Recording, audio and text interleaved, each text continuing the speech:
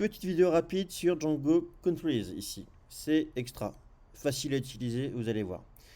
Alors, pour le compte, en gros, ça va vous permettre par exemple ici d'avoir un champ pays.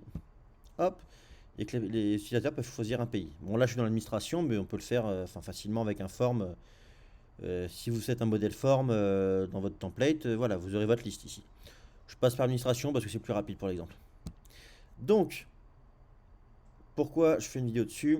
Parce que en fait, on peut facilement customiser et que j'incite fortement à l'utiliser. Par exemple, là je suis sur un projet de Django qui était en 1.3, alors c'était même du Python 2, là que je passe du coup en 5.2. Je refais quasiment tout le code, voilà. Et donc avant, pour le champ pays, ce qu'on peut voir des fois, ce qui devient rare, mais c'était un car field. Sauf que le car field, c'est embêtant parce que des fois, j'avais des gens qui étaient en France, France avec un espace, Espagne, Espagna, enfin j'avais tout. Dans l'ancienne base de données, j'avais tout. C'était un peu embêtant. Surtout quand vous travaillez avec des API comme Stripe.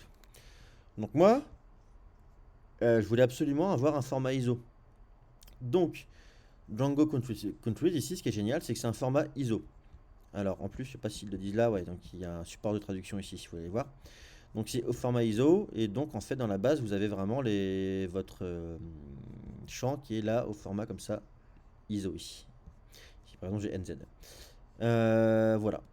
Donc, alors, si vous voulez, en plus, c'est rigolo, vous avez les icônes avec les drapeaux, puis pour Django REST Framework, qu'est-ce qu'il faut aussi. Enfin, bref, c'est hyper complet et c'est simple à utiliser. Les mecs qui ont fait un boulot derrière, c'est génial. Donc, on importe country field ici, le champ, et dans nos modèles, on va définir un champ country field. C'est tout. Voilà. Il y a quand même bien sûr l'installation à faire, ok, et rajouter l'implication installée. Et vous voyez, après, on accède facilement au comment dire, c'était là que vous voulez aller. Hop, on peut créer facilement un utilisateur ici avec le pays. Et on peut facilement récupérer le nom du pays. Voilà.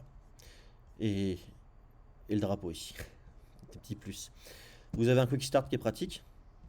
Mais ce qu'on va faire maintenant, c'est qu'on va. Alors, je vais préparer une page qui est très bien faite. Ouais, pour la configuration. La configuration, voilà, c'est ça. Super.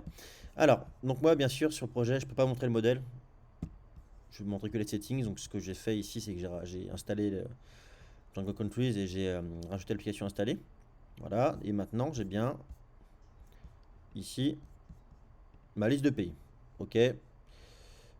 Pourquoi pas.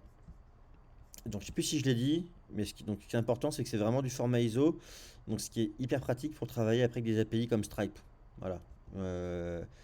Pour Stripe, ou d'autres API, c'est vraiment pratique d'avoir ce format ISO pour les pays.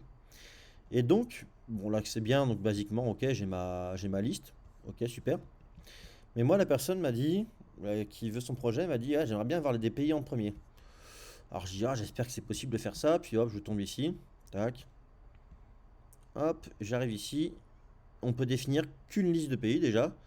Donc je dis déjà, si on peut définir que certains pays, je me dis, à mon avis, on peut ordonner un peu comme on veut. Hop, je descends, country override, ok, tac.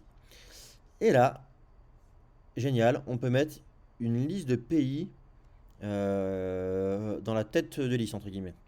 Donc là, par exemple, c'est ce qu'ils font. Ok. On peut en plus envoyer des pays en tête et faire un tri automatique. Voilà. On peut aussi avoir ici un break. Alors vous allez voir entre les premiers pays qu'on va définir. Avec un exemple. Donc ici, on voit, j'ai ma liste de pays. Normal. Maintenant, si je vais ici, tac, je vais décommenter ça. Hop. Et qu'est-ce qui va se passer ici? Vous voyez, j'ai en premier France, Belgique, Suisse, Royaume-Uni, Allemagne, Espagne, Italie. Ok, comme j'ai fait ici. Et ici, le petit break. Hop. Tac.